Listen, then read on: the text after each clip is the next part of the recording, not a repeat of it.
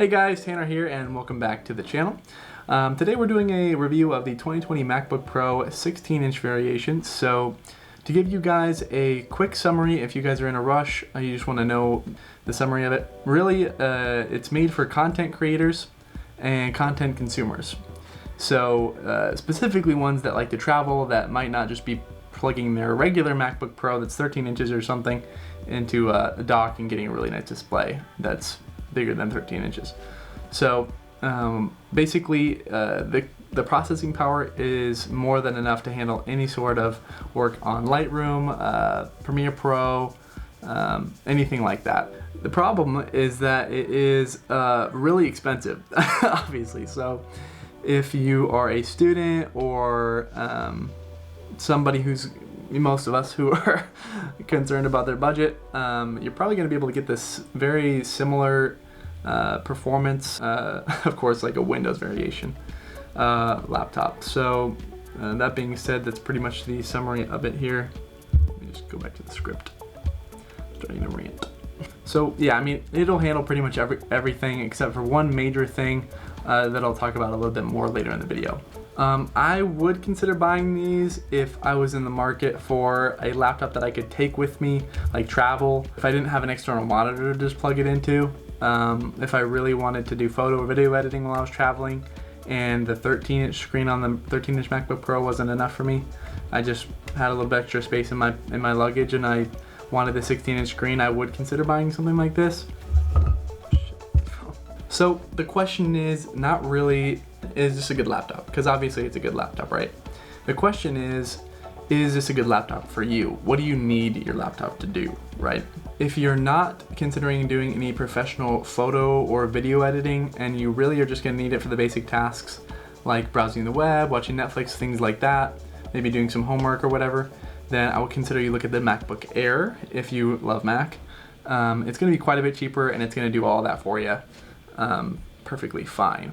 If you do need the capabilities to do some photo and video editing and maybe some more, intensive processing power stuff, I'd probably consider looking at the 13-inch MacBook Pro, just because it is cheaper, and most people end up just docking it into an external monitor anyway. So one thing just to keep in mind with all this, with this whole review, is that Apple was rumored to be releasing their A-series Bionic chips to replace all of their Intel processors across all of their computers. So that was apparently rumored to be later in 2020, so later this year.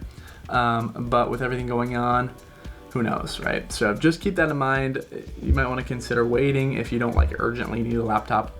But I mean, of course, I also read that they are going to still be covering any of the Intel components if you have an older version. So they might not be that much better, but who knows? Just something to keep in mind, to be honest. All right, let me see here. Sorry, I need a script or I'll ramble all day.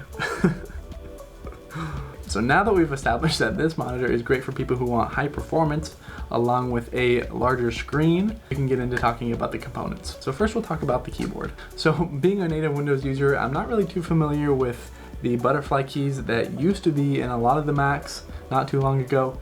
So this is just coming from a fresh perspective, but I thought that the newly designed scissor keys were really nice. They felt really quality, accurate, very minimal, and they felt really good. They felt good to type on. I've heard from many Mac users that they are way better. The Touch Bar and Touch ID on this laptop were super cool to use. It was really nice to just be able to open the laptop, put my thumb on it, and then so obviously unique to MacBooks. It's not really something I've seen on a laptop before, but it was really convenient to just be able to use the fingerprint scanner to open up the laptop. And also the touch bar was really cool, definitely something different to be able to just adjust the brightness, the volume, and things like that on a touch screen instead of a button. So I thought that was kind of cool. Also, another thing that's cool, the touch bar can actually be customized and adapt to any program you're using. So if you're using Final Cut, it'll actually let you adjust the timeline. If you're doing photo editing, it'll let you fine-tunely adjust different settings, which is cool. Okay, so I'm gonna get off topic really quickly and talk about something nerdy for a second. And like I said, I am a Windows user, but one thing that I've always loved about Apple is that they have a mission to change the way that people interact with technology. I remember when I was a kid and I used to have one of those little flip phones that like slid up and had that little plastic keyboard on it, like a BlackBerry style, you know? And I remember the first iPhone came out and it was like, oh my gosh, it has a touchscreen, like there's no buttons, there's no keypad on it. I thought that was pretty nuts. And ever since then, you know, they've been progressively, they never cease to amaze me, to be honest. Like, for example, when I remember when I was little, I had an iPhone, and they had this app where you could like put your finger on the screen and it would like pretend to scan your fingerprint and unlock the phone or whatever. They like, you know, it was super gimmicky, but I was like, that would be so cool if that was real. You know what I mean? And now they have it, and it's real, and it's no big deal, and it's on every single iPhone almost. So I think that's really cool. Oh, yeah, and even more recently than that, the Face ID, like, are you kidding me? When I was little, you know, Touch ID is like, yeah, maybe that'll be possible someday, you know, but it's like, that's way too far off, you know, but Face ID, that's like secret agent James Bond level stuff, and we all have it on an iPhone. Like, I'm at Circle K, I can just hold up my phone to my face, it knows it's me and unlocks it, I double click it, and it'll pay for me. It'll randomly, just, not randomly, but through magic, really. Anyway, you get my point. Apple has a mission to change the way we interface with technology, and every step of the way, it's really awesome. It's changing the world, clearly. So I appreciate that about Apple. But yeah, it's insane, like how when you use Touch ID, it knows it's you. It's so accurate. It knows it's you, and you can use it for your banks and everything like that. That's how secure it is. It's nuts. But anyway, sorry for the little rant. I don't know about you, but that's kind of the technology that I dreamed about as a kid, and I always thought was reserved for James Bond and you know, just the movies. So now that it's a reality, I think that's super cool. But anyway, I digress. Back to the review. My point with that is even though there's nothing really revolutionary here with the touch bar, it's still kind of it's Apple taking a step out there, taking a risk, doing something a little bit different in order to try to change the way that we interact with our technology. So I appreciate that about the touch bar, even though that there's nothing immediately groundbreaking about it now. I appreciate the future implications of it. So overall, right now, like I said, the touch bar, it makes it a little bit more convenient to change the brightness and things like that. Adds cool little convenience features to other apps, and also the Touch ID is super convenient as well. So right now it's a little bit just of a convenience boost, and a little bit of a cool boost too, not gonna lie. The trackpad, it was super cool. I really like the cool like metal feeling. It's really satisfying to me. Very high quality, and very big on this one too, so lots of space to work with on that. Also, it had some cool gestures as well. Now I can talk a little bit about the screen, which I thought was kind of like one of the main selling points for me about this laptop if I was going to get it. So this is from me coming from a Windows user that uses the 1080p Acer Predator Helios 300 as my like daily, I even use it as my desktop replacement. It's my only computer, but it does everything I need it to do. But it's only 1080p, like the main monitor is only 1080p. So when I opened the Apple MacBook Pro, the 16-inch, I was like, holy cow, this is crazy. So 1080p on a 15.6-inch laptop, which is what the Acer is, comes out to 141 roughly pixels per inch. So that kind of basically is like how big the pixels are. It's super sharp. It's plenty sharp for anything you'd really ever need. It's plenty sharp. But if you are really close to the laptop screen, you can see the pixels, right? But when I opened the MacBook Pro, I was pretty blown away. The MacBook Pro is, I believe, 3072 by, I'm gonna cheat here real quick, 1920. So 3072 by 1920, which is comes out to be about 226 pixels per inch. So 141 pixels per inch versus 226 pixels per inch. It doesn't sound like a lot, but every inch of the screen has that many more pixels combined over the whole length of the screen.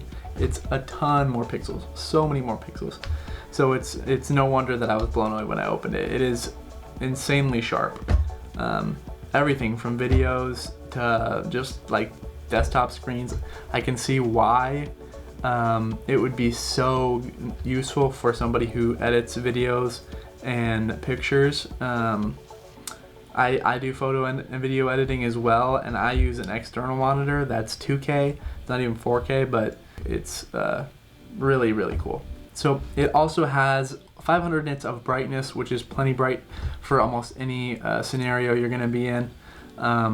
Also helps you see the colors super well, of course. So it also has the P3 wide color gamut, which is really, really nice. Very, very clear, perfectly accurate colors. So the display on this monitor is a huge selling point for anybody looking to get this one. Okay, so it's impossible for me to do a speaker test that would probably be useful to you, just because there's your speaker, there's my microphone picking up this speaker, but I will tell you it is actually super good. It is super good. It's quite a bit better than my Acer Predator Helio speakers. It has really punchy bass, really clear, vibrant highs, and also the way it's set up in the laptop, it gives you a really awesome kind of surround sound effect as well. So I could see how it could be perfect for watching Netflix, Tanner Radloff's YouTube videos, or anything else. So they sound amazing, especially for a laptop. So next we'll talk about the webcam. The webcam is unimpressive, to say the least. It's 720p, it's extremely grainy, and yeah, it's pretty bad. But it's funny because compared to the rest of this laptop, which is like top tier, like best you can buy, I think it makes the really poor quality webcam stand out even more, right? So it works if you need to do like a Zoom call or, you know, a work meeting or something with a video in a pinch. It's gonna work, but you're not gonna look great. You're not gonna be able to get any last minute, you know, good content footage or anything like that. But I will say, actually, the microphone is pretty dang good. It is really, really good. So if you did need to do any like voiceover work or something, it would probably work actually just fine for that. But as far as video, not so much. So one fascinating thing that I was like, what? When I first opened this one was the 4 USB-C ports, and that's it. That's the only ports on this thing. I was like, where's the USB? Yeah. But then after doing some more research on USB-C, my laptop has one USB-C port, and it actually powers a whole hub. But basically the power of USB-C is awesome. Like it is way better than USB 3.0 even. I can see why Apple is kind of pushing for this, because it's smaller, it's better, it's faster, it can charge. It's way better than USB 3.0. So it's you know, for people who have things that need USB 3.0 though, I can see how it's annoying, and I also now understand why everybody always has a dongle, right, for everything. It makes sense. I get it now. I honestly have no problem with it. I use a dongle anyway. Like I said, I use the hub anyway, just because I have so many things to plug in to my laptop. So I don't see any problem with it. I think it's kind of cool. It's very minimalist and slick. So really quickly, the thermal performance on this thing is pretty good. I know that Macs have had some problems with that in the past, so I just wanted to kind of briefly touch on it. The thermal performance on this is good. They did a lot of work improving the airflow in the body, so apparently the airflow is way better. Also, they lowered the threshold for when the fans turn on, so they turn on earlier. Apparently, if you're photo or video editing or doing some demanding tasks on it, you probably might hear the fan kick on for a second here and there, but I'm used to the Acer Predator Helios, which sounds like a freaking helicopter taking off. Yeah, it basically sounded silent to me, to be honest. I didn't really even notice anything. But if you're used to like a dead silent laptop, there's a slight fan noise. It's got some pretty good components in there, so it needs to keep those cool. But you don't have to worry about it overheating though. So the people who have had Macs in the past that had problems with overheating, specifically the 13-inch MacBook Pros, you don't have to worry about that anymore. But no, really though, my laptop sounds like a helicopter taking off especially when you turn it into turbo mode. It's ridiculous. Or if it accidentally goes into like those settings in the library, everybody is like really, dude? Or, oh my god, when I'm in class taking notes back before COVID, I'd be like the front row. And I'd be like taking notes or something, and for some reason my fan would kick on, and just go, just something like, like a glare from the professor, and like the 3 kids next to me would like look over and glare. It was bad. If you're looking to go into class anytime soon, don't get an Acer Predator Helios for your in-class laptop. Get a freaking MacBook or something, or get like an iPad, or get a Chromebook or something. Unless you just, I don't know, want to annoy everybody with your fan noises all the time. Anyway, okay, so now it's time to talk about the only real downside to this. The reason that I probably wouldn't personally buy it is because of the limited gaming capabilities. I don't game as much as I used to, but I do really enjoy it when I do get to. And on the MacBook Pro, just like most Macs, they're just not optimized for gaming. It actually has its own AMD graphics card, its own dedicated AMD graphics card. That's a new thing for Macs, so it can play quite a few games actually. From what I've seen, people play Overwatch, people even play like The Witcher a little bit, and I mean people are playing these games. But for people who want like competitive, like Counter-Strike maybe, or like Modern Warfare, things like that. I know Modern Warfare definitely had a lot of issues. It's just not optimized. So apparently there's a lot of issues, and the components aren't super like great for graphics. Like the graphics card isn't the beefiest graphics card ever. So if you enjoy gaming and you don't want to have to worry about upgrading your laptop in the next 3 years again, I wouldn't get this for gaming. It's just not optimized for gaming at all. So just keep that in mind. Gaming is a priority for me. If it's a priority for you, I'd consider looking at something like the Helios. The problem is that the Helios is like a third of the price of this, right? It's a third of the price, and it can play any game almost on high settings with no issues, right? So that's a big thing, is if you care about gaming or even you care about price, those are going to be the two main concerns. This thing goes for about $2,700 with the higher, the most upgraded versions. So $2,700, yeah, $2,700 is a lot of money. So if you're concerned about your budget, like I said, I'd consider looking at something like the MacBook Air or the MacBook Pro. If you're a big Apple user and you love the synergy with like the iPhone and the AirPods, I have an iPhone and AirPods, and I could see how that could be really nice. But if you're worried about your budget, you can get a laptop that'll do the same thing, even like I said, will play games much better than this for a third of the price. One more point I want to say is that if you're looking for a desktop replacement that you're just going to plug into an external monitor anyway, I would recommend either the MacBook Air or the MacBook Pro 13-inch. Overall, I'd say if you have any interest in gaming, I'd recommend you look somewhere else. Also, if you're concerned about your budget, I would definitely look somewhere else because you can find the similar laptops that'll do the same things. But if you are somebody who travels a lot and wants an awesome laptop that has a gorgeous monitor, you'll be able to do any photo and video editing you want on there, then I'd say this might be for you. Alright, so thank you for watching, and consider dropping a like and subscribing, and my YouTube channel is brand new. I just started, so any comments, I really appreciate feedback, seriously. I want to know what you guys think, so drop a comment below. Also, yeah, if there's any videos you want to see in the future, let me know as well. I'm testing the waters, I'm seeing what I like to do. I want to make videos that I like to do too, and you like to watch, so let me know what you guys want. Maybe give me some ideas, and I'll see you next time. Wacha.